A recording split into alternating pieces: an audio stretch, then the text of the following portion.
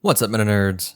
Continuing with the greatness of the MC80 line, we're going to cover the more obscure Evacuation Cruiser. It was a modified version of the standard MC80 Star cruiser, produced by Mon Calamari shipyards and adapted by the technicians to serve as an evacuation transport rather than a warship.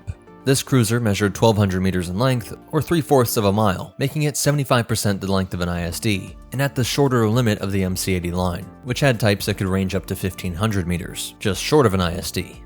And unlike its armed counterpart, it had all the shielding and weaponry removed to maximize space and efficiency. The evacuation cruiser had a megalight speed of 60 and a maximum atmospheric speed of 600 km per hour, or only 373 miles per hour, making it one of the slowest ships out there, but still faster than the original civilian Gazanti, which was made slow in hopes of dissuading pirates from attacking them.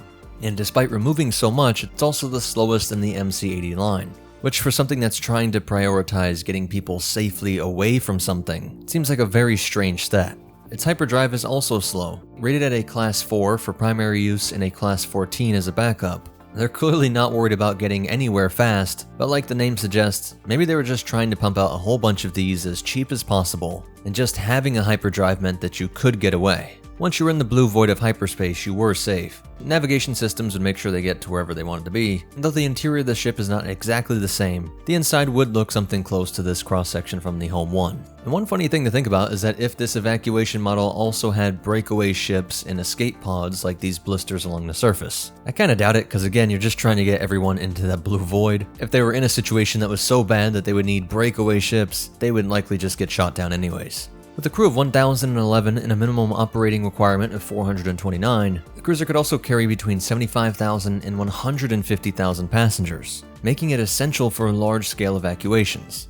It had a cargo capacity of 16,000 tons, which was said to be enough to sustain its occupants with consumables for up to 6 weeks. All of that is truly incredible. If you go halfway and say that on average they had 113,000 passengers, that's more than twice the total crew and passengers of the ISD, which was overpacked to begin with. And you can imagine it was cramped, but who cares when your planet was being turned into lava? The fact that so many people could be fed means that for all we know, these blisters along the surface are filled with canned dewback meat and Ewok flavored ramen to feed all these refugees. Now, there isn't much on its history, even though this ship is a great idea, and you would expect to see tons of similar ships like this in a galaxy that has had non-stop warfare for 35,000 years at least. But it's oddly one of the few examples that we have of just a pure, dedicated evacuation ship. Simple, cheap engines and a hyperdrive, and an interior completely dedicated to beds and food storage. It was introduced during the Battle of Calamari in 10 ABY, that's 6 years after the Battle of Endor, and it played a vital role in the New Republic's efforts to safeguard large populations during crises.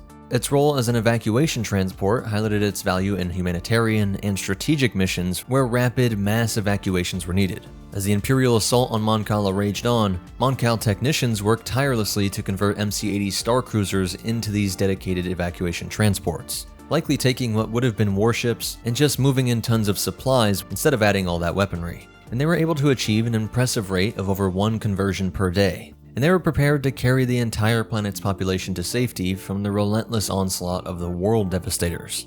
Although the evacuation ultimately proved unnecessary, countless Mon Calamari boarded the cruisers and fled, seeking refuge from the chaos of the battle. So that's it for this obscure ship breakdown. Please hit that like button, it really is the best way to help me out. Subscribe to see more and check out these videos, I'm sure you'll like it. Once you realize you can travel off-world, realize aliens can invade, and make sure to prioritize evacuation ships just in case.